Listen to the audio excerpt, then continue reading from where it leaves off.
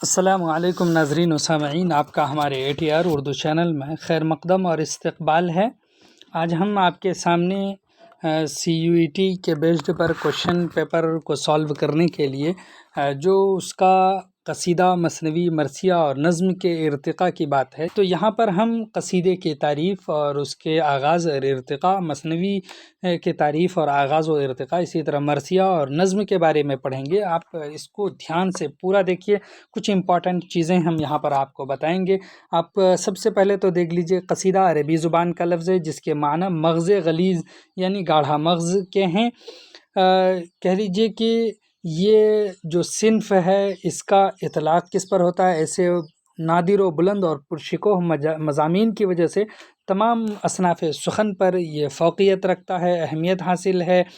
اس لیے اسے اصناف سخن میں وہی حیثیت حاصل ہے جو انسانی جسم میں مغز سر کو حاصل ہوتی ہے، یعنی جو ہمارا بھیجا ہے اس کو حاصل ہے مغز سخن تصور کر کے قصیدے کا نام اس کا دیا گیا ہے۔ یہ بات باریکی کی آپ سمجھ لیجئے۔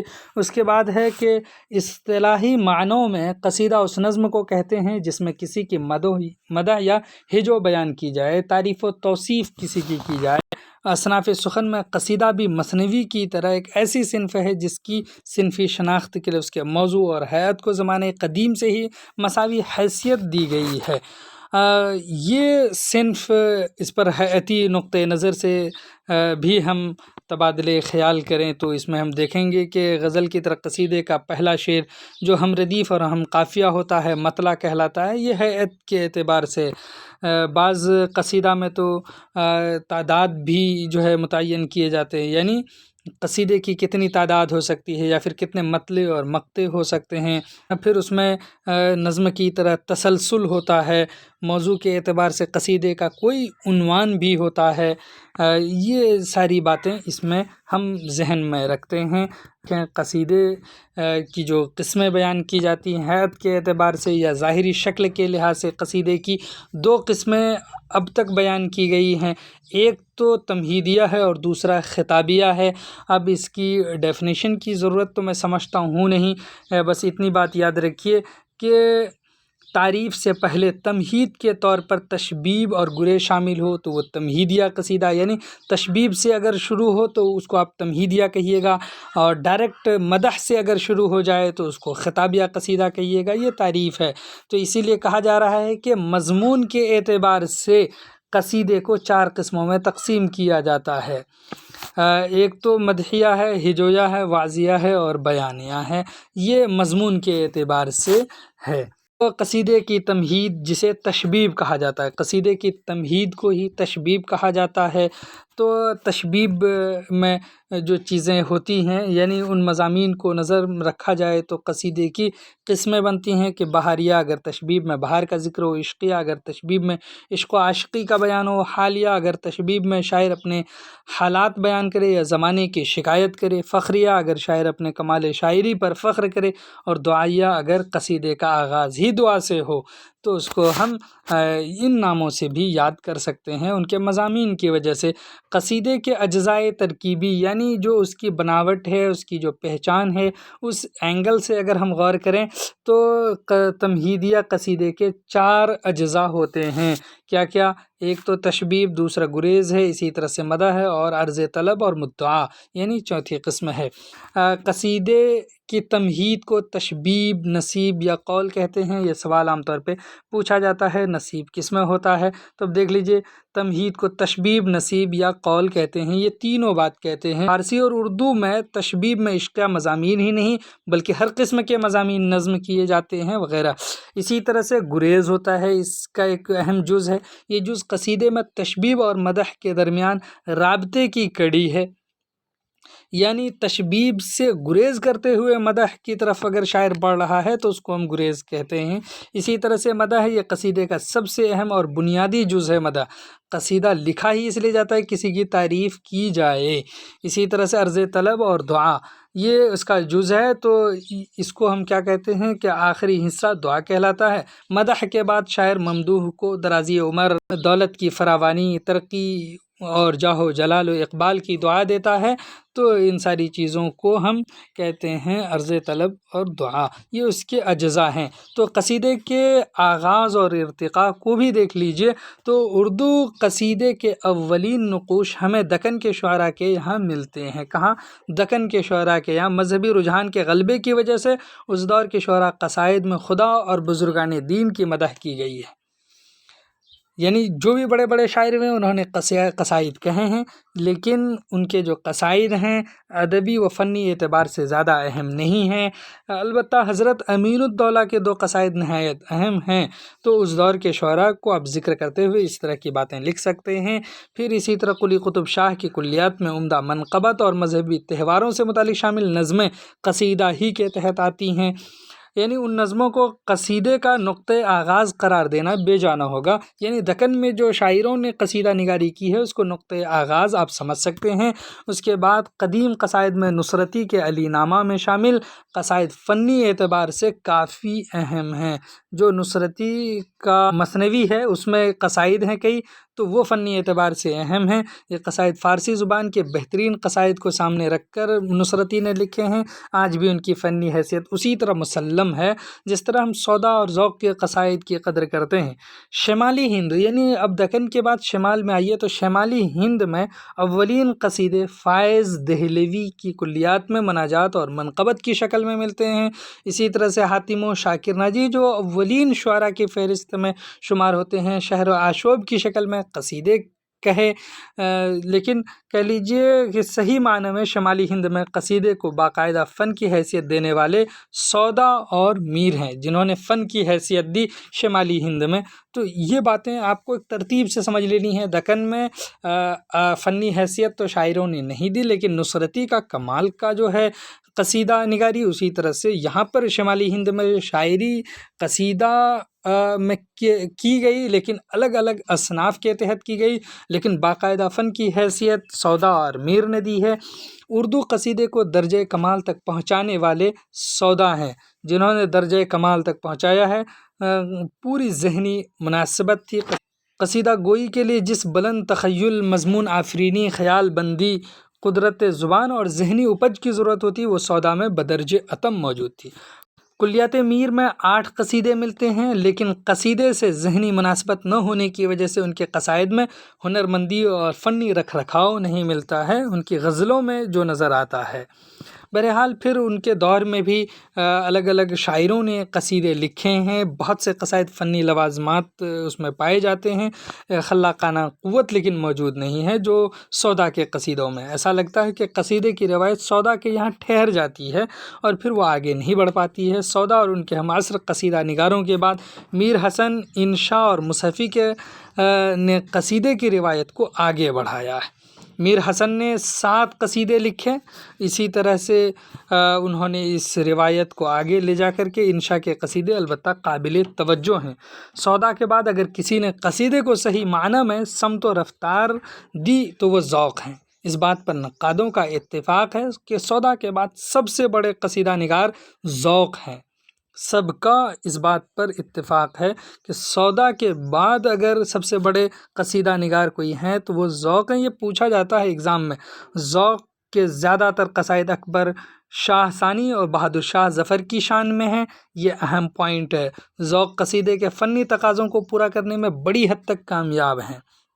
پھر جو ذوق کے ہم عصر ہیں غالب اور مومن کے قصائد بھی قابل ذکر ہیں، لیکن میر کی طرح ان دونوں شاعروں کی انا نے انہیں قصیدے کی طرف زیادہ متوجہ نہیں ہونے دیا۔ یہ لوگ اپنی انا کی وجہ سے اس طرف زیادہ متوجہ نہیں ہوئے، پھر بھی ان کے قصائد ناز و خیالی، شوخی، فکر و فلسفہ اور تصوف کی وجہ سے خاص اہمیت کے حامل ہو گئے، یعنی غالب اور مومن کے قصائد۔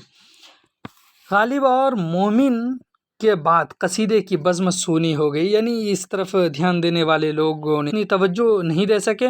امیر مینائی، منیر شکوہ آبادی اور محسن کاکوروی نے قصیدے کے روایتی معیار کو اپنے قصیدوں کے ذریعے بحال کرنے کی کوشش کی ہے۔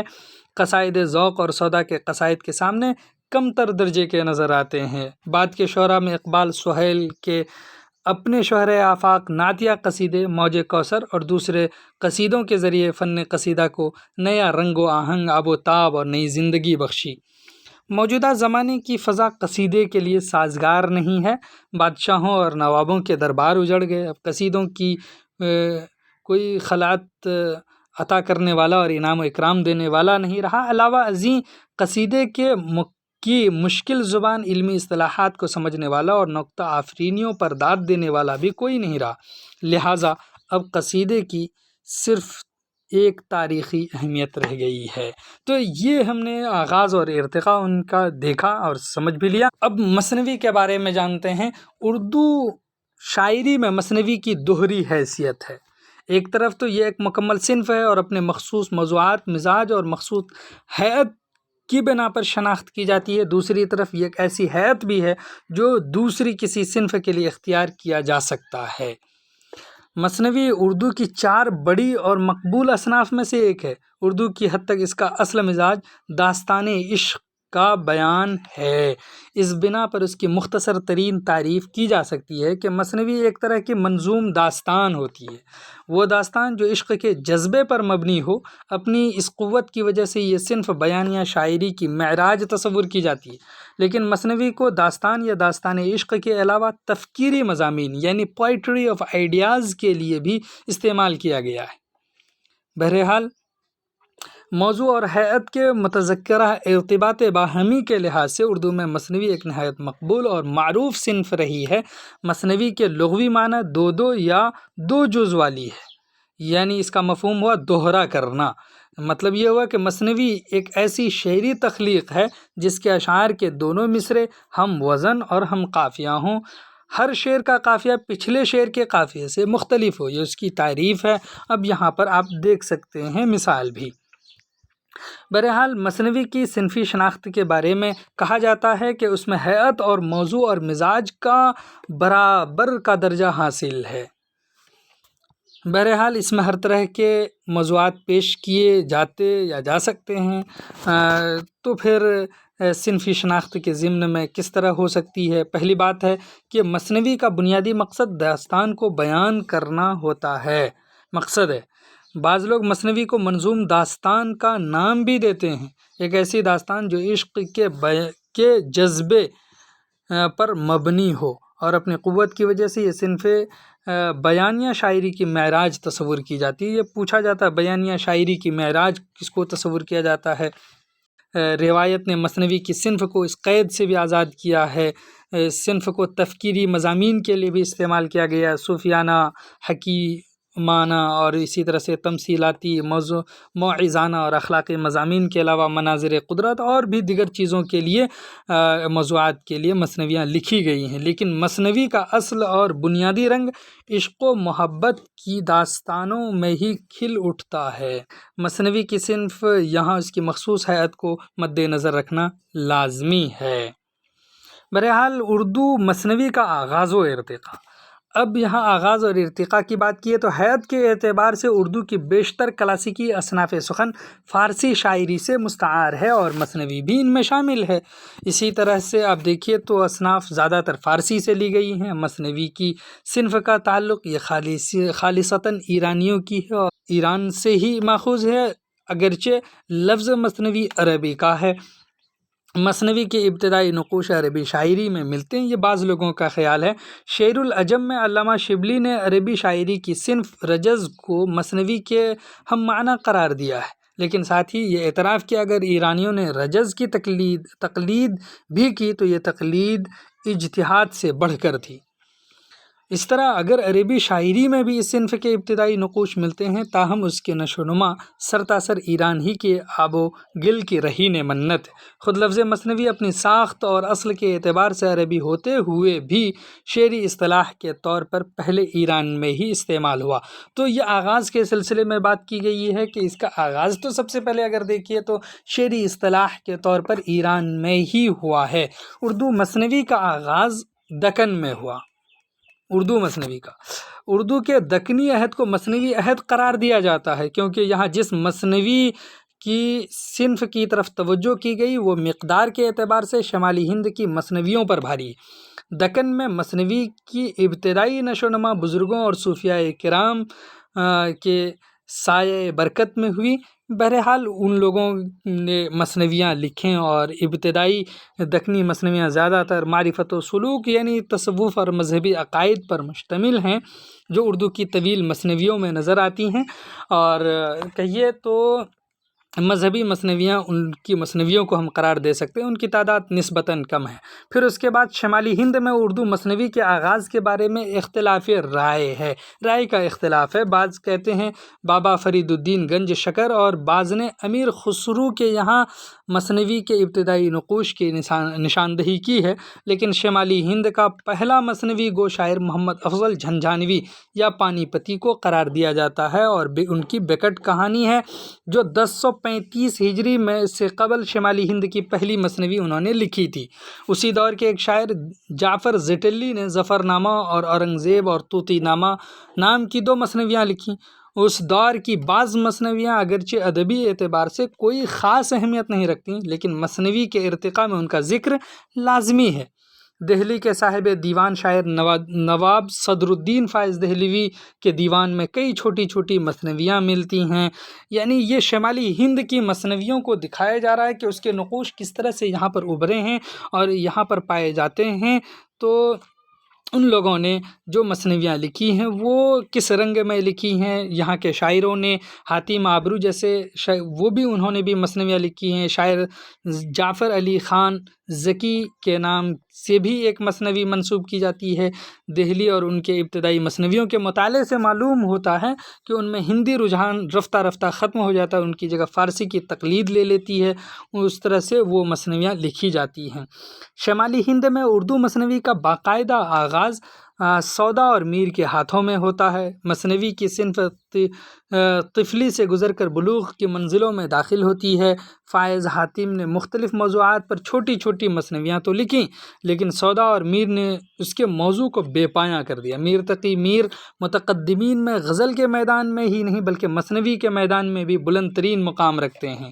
ان کی مثنویوں کی کل تعداد 37 ہے، جن میں عشقیہ مثنویاں بھی ہیں، ہجویہ اور پھر مدحیہ بھی ہیں۔ میر کی مثنویاں اس قدر مقبول ہوئیں کہ ان کی تقلید میں متعدد مثنویاں وجود میں آئیں۔ اس دور کی بعض مثنویاں معاشی خستہ حالی یعنی الگ الگ موضوعات پر بھی مثنویاں لکھی گئی ہیں جو شمالی ہند میں۔ شمالی ہند کی مشہور مثنوی میر حسن کی سحر البیان ہے۔ یہ بات یاد رکھنے کی ہے، سحر البیان اردو مثنوی گوئی میں ایک معیار کی حیثیت رکھتی ہے۔ اس میں یہ فوق الفطری رومانی داستان پر مشتمل ہے، جس میں مقامی رنگ کی خوبصورت جھلکیاں ملتی ہیں۔ اس کے بعد پنڈت دیا شنکر نسیم کی گلزار نسیم ہے۔ نسیم کے یہاں مثنوی ایک نئے جوبن میں نظر آتی ہے۔ نسیم اپنے عہد کے حقیقی پیداوار تھے۔ سحر البیان کی داستانی مثنوی ہے، لیکن جہاں سحر البیان کی خوبی اور چیزیں ہیں، اسی طرح سے گلزار نسیم میں ایجاز، اختصار اور صنعت کرانہ انداز اسے سحر البیان کے بعد دوسری مقبول ترین مثنوی بناتا ہے۔ بہرحال لکھنؤ کے آخری زمانے کے مثنوی نگاروں میں نواب مرزا شوق ایک منفرد مقام رکھتے ہیں۔ انہوں نے مثنویاں لکھی ہیں۔ شوق نے اپنی تمام تر توجہ مثنوی ہی پر صرف کی ہے۔ ان کی مثنویوں کا بنیادی محرک دراصل محاورات نسواں کا تحفظ ہے۔ ان کی 3 مثنویاں فریب عشق، بہار عشق اور زہر عشق، یہ عام طور پہ ایگزام میں پوچھا جاتا ہے۔ ان کی کہہ لیجیے یہ مثنوی شاہکار مثنوی ہے، اور اس میں بہت ساری چیزیں جو اور مثنویوں سے بلند بالا کرتی ہیں اس میں پیش کی گئی ہیں۔ 19ویں صدی کے نصف آخر تک جو مثنویاں لکھی گئیں ان میں بیشتر رومانی مثنویاں ہیں، اور بعض پر شوق کے اثرات دکھائی دیتے ہیں۔ 1857 تک اردو مثنوی کے اس طویل سفر کا سلسلہ ہی مثنوی پر ختم نہیں ہوتا، بلکہ کئی مثنوی گویوں اور دیگر شاعروں کے ہاتھوں اور آگے بڑھتا ہوا دکھائی دیتا ہے۔ اس فہرست میں محسن کاکوروی ہیں۔ پھر اس کے بعد جو ہے رفتہ رفتہ نظم کا تصور سرایت کر جاتا ہے۔ 20ویں صدی کے آغاز میں حالی آزاد اور دوسرے شاعروں کے یہاں مثنوی اب نظم کا روپ اختیار کر لیتی ہیں، یعنی 20ویں صدی میں یہ مثنوی نظم بن جاتی ہیں۔ اردو مثنوی اپنے ارتقائی سفر میں کہیں تخیل کی کرشمہ سازیوں سے آشنا ہوئی اور کہیں اپنے معاشرے اور عہد کے جڑوں میں سے پیوستہ رہی۔ مثنویاں اردو زبان و ادب کا ایک قیمتی اثاثہ ہیں۔ ایک تو ان کے ساتھ ادبی و شعری ارتقائی کہانی جڑی ہوئی ہے، اور دوسرے یہ تہذیب اور زندگی کے مختلف رنگوں کی بھی امین ہیں۔ اب اس کے بعد ہے مرثیہ۔ مرثیہ کے آغاز اور ارتقاء کے بارے میں بھی تھوڑا سا ہم جان لیتے ہیں یہاں پر۔ تو مرثیے کی صنفی شناخت خالص طور پر موضوع پر مبنی ہے۔ مرثیے کی یہ درست ہے کہ انیس اور دبیر کے مراثی کی وجہ سے مسدس کی حیت اس کی پہچان میں داخل ہو گئی، لیکن شروع میں اس کی کوئی مخصوص حیت نہیں تھی۔ یہ صنف حیت کے بجائے موضوع ہی پر اپنی شناخت کی اساس رکھتی تھی۔ بہرحال تو اگر اس کے ہم لغوی اور اس کے اصطلاحی معنی کی بات کریں تو مرثیہ عربی کا لفظ ہے جو ایک لفظ رسا سے مشتق ہے۔ رسا کے معنی ہے مردے پر رونا اور آہوزاری کرنا۔ یہ صنف عربی شاعری میں رائج تھی اور اپنے عزیزوں اور بزرگوں کے انتقال پر رنج و الم کے جذبات سے لبریز جو اشعار کہے جاتے تھے انہیں مرثیہ کہا جاتا تھا۔ لیکن اردو کی حد تک یہ صنف موضوعاتی لحاظ سے واقعات کربلا سے مختص ہو گئی اور اسی مفہوم میں اردو میں رائج ہے۔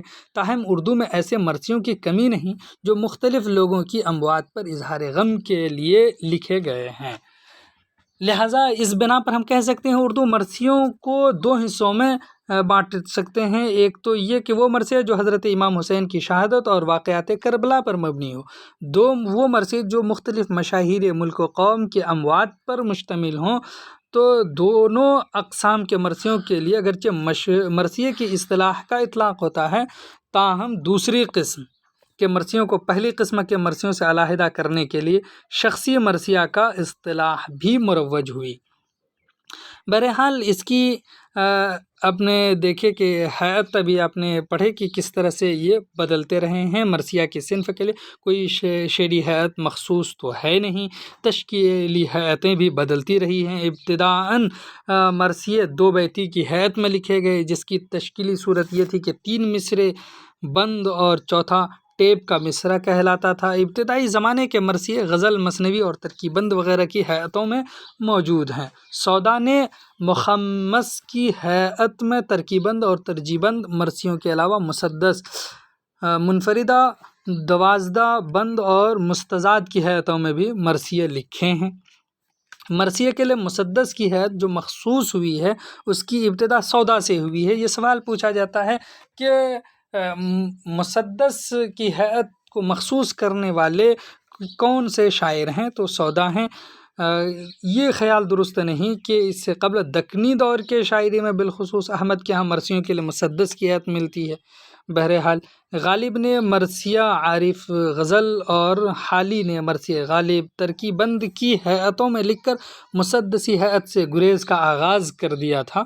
بہرحال ان لوگوں نے گریز بھی کیا ہے، لکھا بھی ہے، الگ الگ حیاتوں سے اس پر جو ہے نظر ڈالی گئی ہے۔ مرثیہ کے اجزائے ترکیبی کی اگر بات کریں تو اس کے ترتیب سے یاد رکھیے: چہرہ، سراپا، رخصت، آمد، رجز، اسی طرح سے رزم، شہادت، بین۔ مرثیے کی اجزائے ترکیبی یعنی ترکیبی عناصر میر ضمیر کے قائم کردہ ہیں، تاہم تمام مرثیوں میں ان کی پابندی لازماً نہیں ملتی، یہاں تک کہ میر انیس اور دبیر نے بھی ان کی پوری طرح پیروی نہیں کی۔ بہرحال واقعات کربلا کے علاوہ جو مرثیے کسی شخص کی موت پر اظہار غم کے لیے لکھے جاتے ہیں انہیں کربلائی مرثیوں سے الگ کرنے کے لیے شخصی مرثیے کہا جاتا ہے۔ ان کی حیاتوں پر بھی بات ہو گئی اور الگ الگ لوگوں نے مرثیے بھی لکھے ہیں، یہ سب بھی ہم نے جانے۔ تو آغاز اور ارتقاء پر نظر ڈالتے ہیں تو دیکھیے کہ اردو میں دیگر اصناف سخن کی طرح مرثیے کی ابتدا بھی دکن سے ہوئی ہے۔ ابھی تک ہم نے جو تینوں صنف پڑھے تینوں کی شروعات دکن سے ہی ہوئی ہے۔ گولکنڈہ اور بیجاپور کے بادشاہوں نے اس کی بنیادوں کو مضبوط کیا۔ اولین مرثیہ نگاروں میں اشرف بیابانی، محمد قلی قطب شاہ اور ملا وجہی کے نام خصوصیت کے ساتھ قابل ذکر ہیں۔ ان لوگوں نے مرثیے لکھے ہیں اور اس میں گویا کہ اس زمانے میں مرثیے کا ایک رواج پڑ گیا تھا۔ تمام شاعروں نے تقریباً مرثیہ گوئی کی روایت کو آگے بڑھایا ہے۔ ولی دکنی نے بھی مثنوی کی شکل میں ایک مرثیہ لکھا ہے اور لوگوں نے بھی طبع آزمائی کی ہے۔ شمالی ہند میں مرثیہ کی ابتدا اسماعیل امروہوی سے ہوئی، یعنی وہاں پر دیکھیے تو گولکنڈہ اور بیجاپور کے بادشاہوں نے کی اور اشرف بیابانی سے اس کی شروعات ہوئی، لیکن شمالی ہند میں اسماعیل امروہوی سے انہوں نے مثنوی کی شکل میں وفات نامہ بی بی فاطمہ کے عنوان سے ایک مرثیہ لکھا وغیرہ یہاں پر شروع ہوئی۔ اور ان شمالی ہند کے ان ابتدائی مرثیوں میں فارسی کا اتنا گہرا اثر ہے کہ ہم انہیں اردو کے بجائے بگڑی ہوئی فارسی کے مرثیے کہیں تو زیادہ مناسب ہوگا۔ بہرحال ان ابتدائی مرثیوں میں فنی شعور کے فقدان کی بڑی وجہ یہ تھی کہ یہ مرثیے کسی ادبی تقاضے کو پورا کرنے کی غرض سے نہیں لکھے جاتے تھے، بلکہ مذہب کی رسمی و مجلسی ضرورت اور حصول ثواب کی غرض سے لکھے جاتے تھے۔ یہ حال تھا اس وقت، بلکہ ادب کی حیثیت تو حاصل نہیں تھی۔ دوسری اصناف سخن میں بار نہ پا سکنے والا شاعر مرثیہ کہنے لگتا تھا۔ پروفیسر مسعود حسن رضوی ادیب نے مرثیوں کی اس غیر شاعرانہ روش اور لسانی و ادبی خصوصیات کے فقدان کی طرف ان الفاظ میں اشارہ کیا ہے کہ ان مرثیوں کی نوعیت یہ ہے جیسے ڈھیر سارے بھوسے سے ایک دانہ چاول کا تلاش کیا جائے اور اسے چٹکی میں پکڑ کر سب کو دکھایا جائے۔ مرثیہ کی ان جو روایت تھی اس میں ادبی عنصر شامل کر کے ادبی جہت عطا کرنے والوں میں سودا کا نام سر فہرست ہے۔ سودا نے مرثیہ کو سب سے پہلے فنی و ادبی اقدار سے روشناس کرایا اور انہوں نے مسدس کی ہیئت دی اور زبان و بیان کے نئے پیرائے عطا کیے۔ ہاں، اب اس کے بعد ہم یہاں پر نظم کے بارے میں بات کریں گے کہ نظم کی صنفی شناخت اور اس کے آغاز اور ارتقاء۔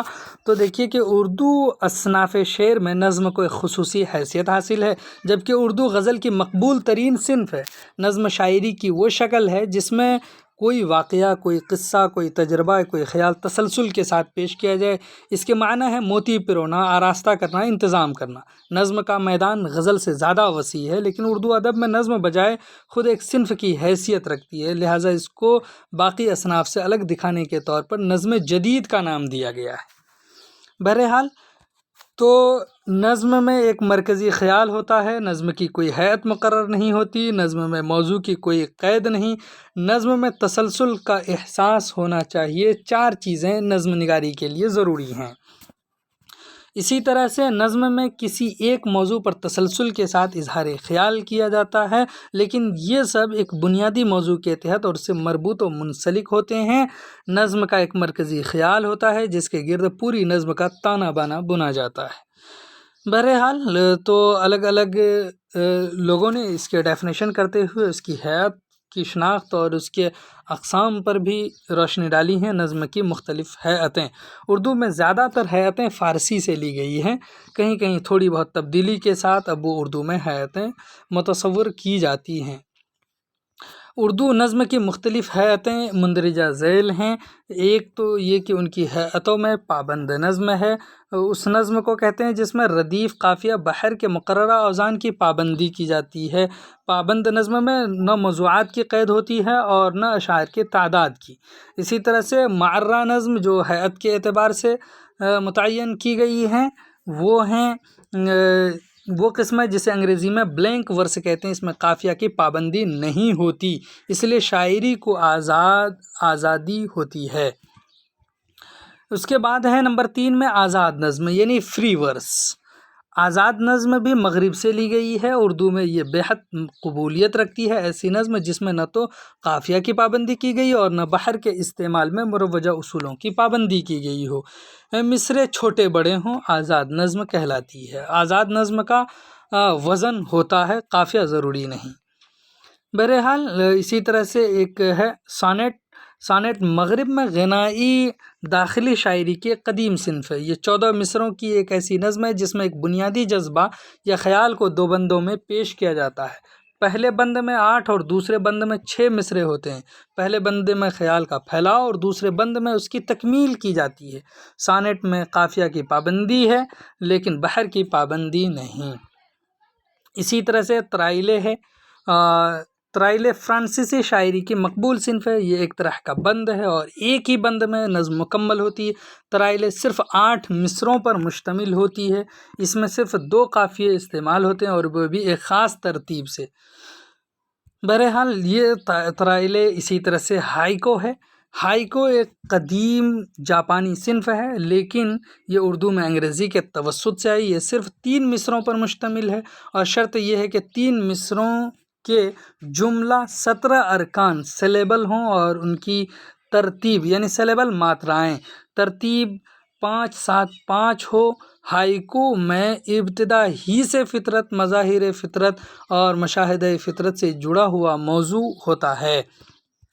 اسی طرح سے 7 نمبر میں ہے نثری نظم۔ نثری نظم انگریزی کی پروز پوئٹری کی تقلید ہے۔ نثری شاعری میں ردیف، قافیہ، وزن اور بحر کسی کی بھی قید نہیں ہوتی۔